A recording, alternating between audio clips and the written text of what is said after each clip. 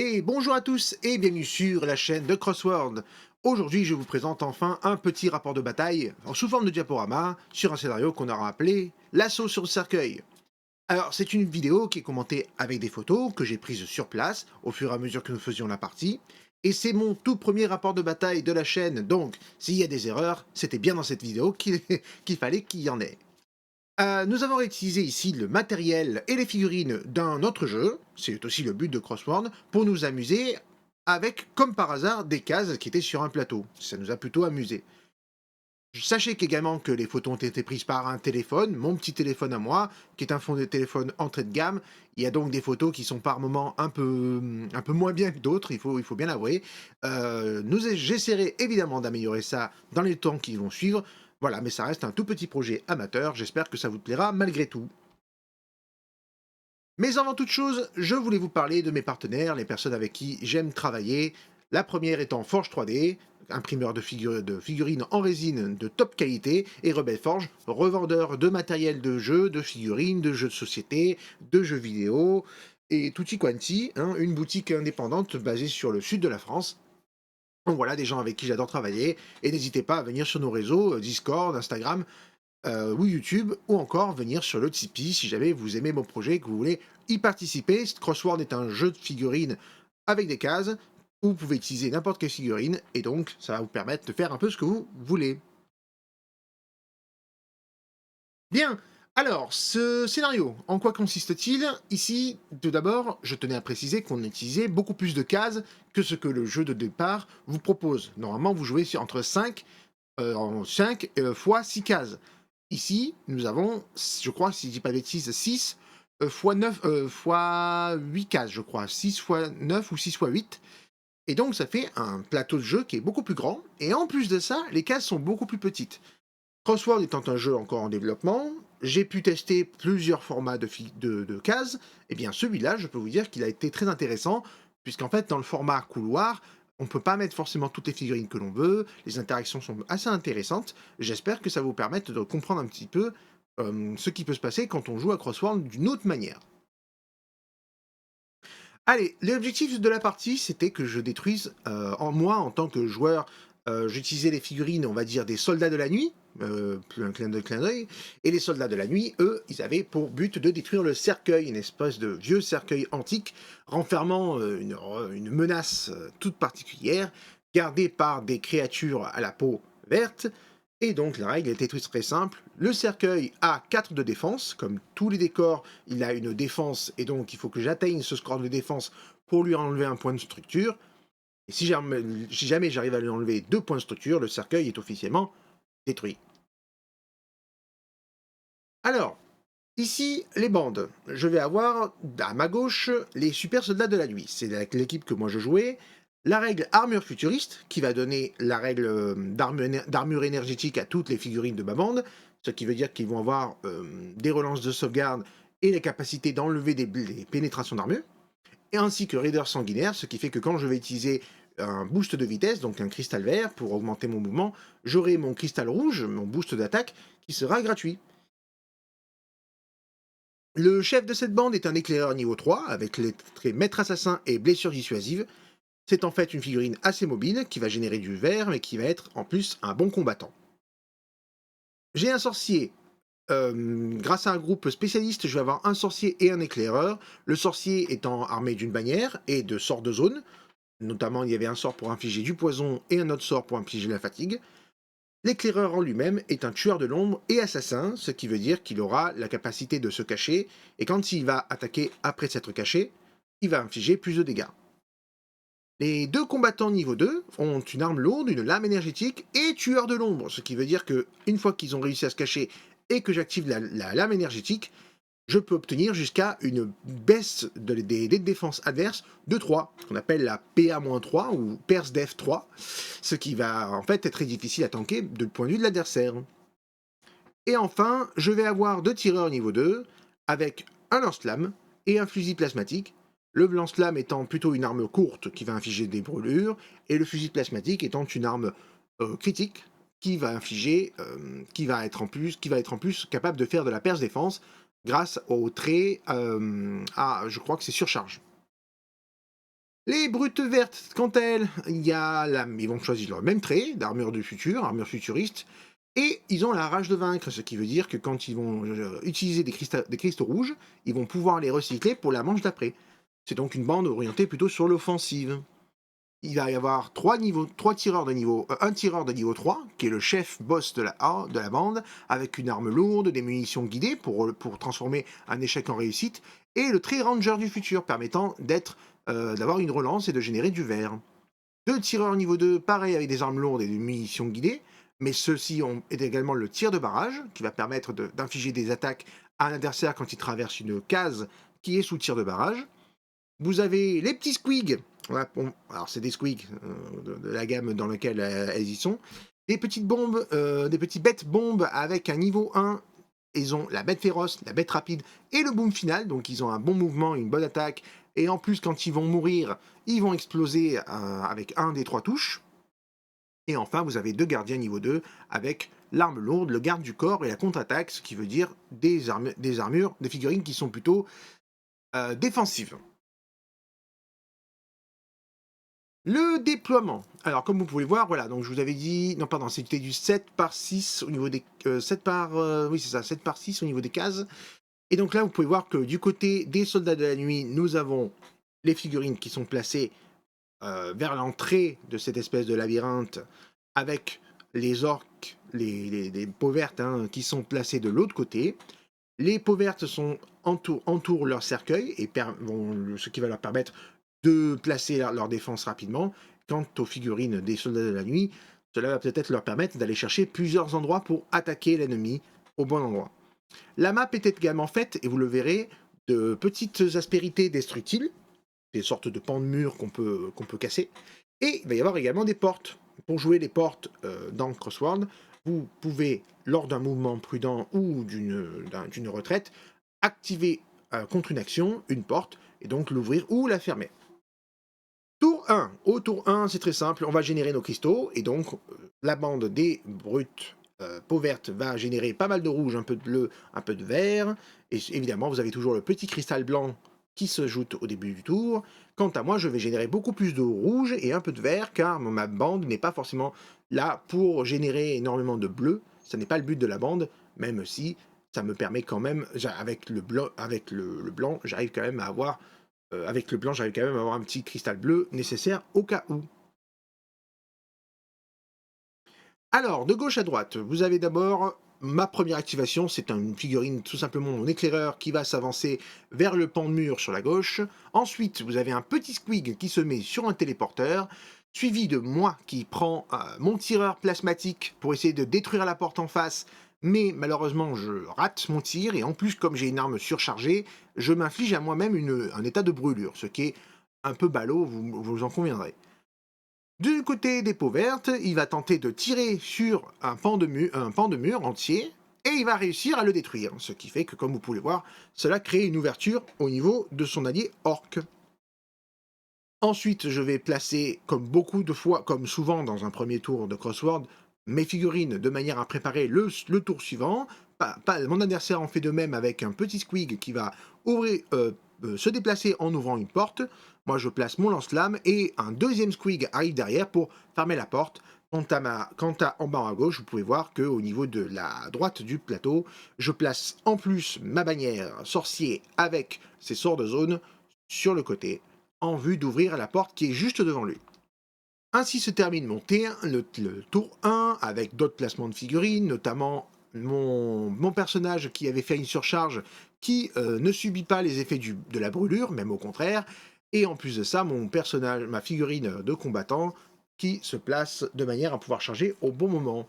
Vous pouvez voir à droite ce que m'a récupéré le joueur peau verte, comme il joue la rage de vaincre, il va gagner en plus de ça deux cristaux rouges, puisqu'il a généré, il a dépensé beaucoup de cristaux rouges pendant son tour pour essayer d'en avoir au tour d'après. Et en plus, il n'a pas utilisé tous ses cristaux, donc il a encore un cristal blanc de la manche précédente, ce qui lui permet d'avoir un cristal blanc pour la manche d'après. De mon côté, j'avais dépensé tous mes cristaux, si je dis pas de bêtises. Donc voilà l'état des cristaux dans le début du tour 2. Moi, je vais les générer normalement. Mon adversaire a utilisé des cristaux rouges qui viennent de la rage de Grincre. Alors oui, effectivement, je n'avais pas utilisé mon cristal blanc, ce qui fait que j'en ai un de plus pour cette manche. Et enfin, démarre le tour 2. Donc, le tour 2. Tout d'abord, première activation de mon adversaire, puisque j'avais pris la première activation au premier tour, donc la première activation au deuxième tour, c'est celle de mon adversaire. Il prend un de ses squigs, il charge mon personnage principal, il le gnac, mais ne lui inflige pas de blessure, néanmoins il le colle au corps à corps, ce qui va peut-être l'empêcher de faire ce qu'il veut. Ensuite arrive une interaction beaucoup trop drôle, je place une de mes figurines sur sur un des téléporteurs de la partie, j'active le téléporteur, mais comme il y avait déjà un squig sur le téléporteur, les figurines sont interverties dans leur position, ce qui fait que ça met un squig non activé du côté de mon côté à moi. J'en avais pas trop peur parce que je préférais encore placer une figurine rapidement du côté de l'adversaire, quitte à ce que je subisse un petit peu en arrière-plan. Ensuite, vous voyez que le combattant se cache vers la droite en vue d'ouvrir la porte au prochain tour. Le squig qui venait de sortir du téléporteur se rue directement sur mon tireur et lui commence à lui tenter de lui niaquer les genoux, mais il n'en est rien. Cela dit, sachez que ce combat va durer un petit moment entre le gnac du squig et mon pauvre tireur qui va rester en fond de map pendant un bon moment comme ça. Mon chef de combat, mon éclaireur, mon éventreur, hein, n'aime pas trop être resté au corps à corps comme cela. Il a peut-être plus envie de rester aux abords d'un couloir pour aller réceptionner des ennemis. Donc il fait une action de retraite, ce qui lui permet de juste se retirer. Sauf que l'adversaire forcément en profite et prend un bon squig qui va charger mon personnage en ouvrant la porte, celui qui était juste derrière la porte juste avant. Il me fait heureusement rien, et en plus je réplique avec mon lance-flamme qui va lui tirer dessus, lui infliger une brûlure et infliger une blessure. Ça ne détruit pas le squig, sachant que s'il meurt, il explose, mais c'est peut-être la brûlure qui va le terminer à la fin du tour. Ensuite, on va avoir les peaux vertes qui vont un peu se déplacer, un peu se réorienter. Vous avez encore, là vous avez la réplique de mon tireur qui va tenter de détruire le squig avec la crosse de son arme, mais qui n'en fait rien, malheureusement, dommage pour lui. Ensuite de ça, le boss qui se cachait sur le côté derrière le cercueil commence à tirer sur mon propre chef, ne lui fait heureusement pas grand chose. Ensuite, je prends mon éclaireur sur le côté et je le mets caché derrière la porte.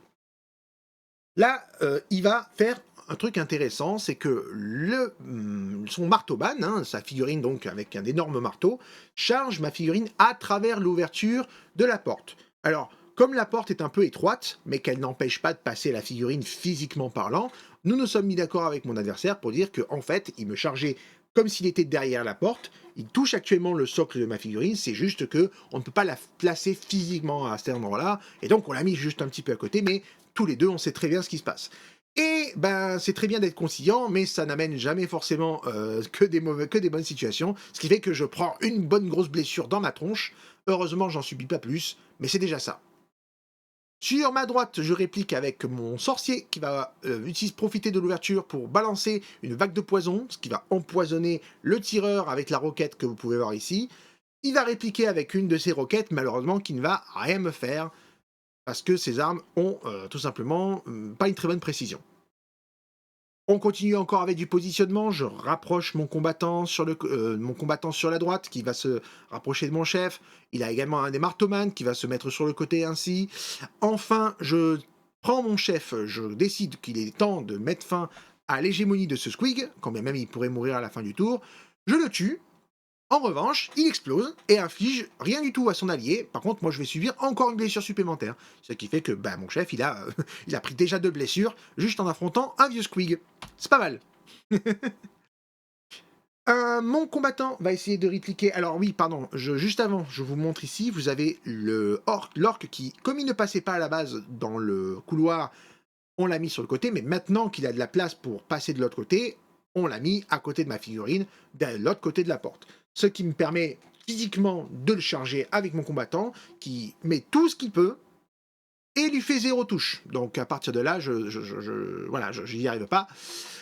Pendant ce temps-là, encore au fond de la map, mon squig et mon tireur s'échangent des politesses sans jamais n'y arriver ni à se niaquer l'un, ni à se niaquer l'autre.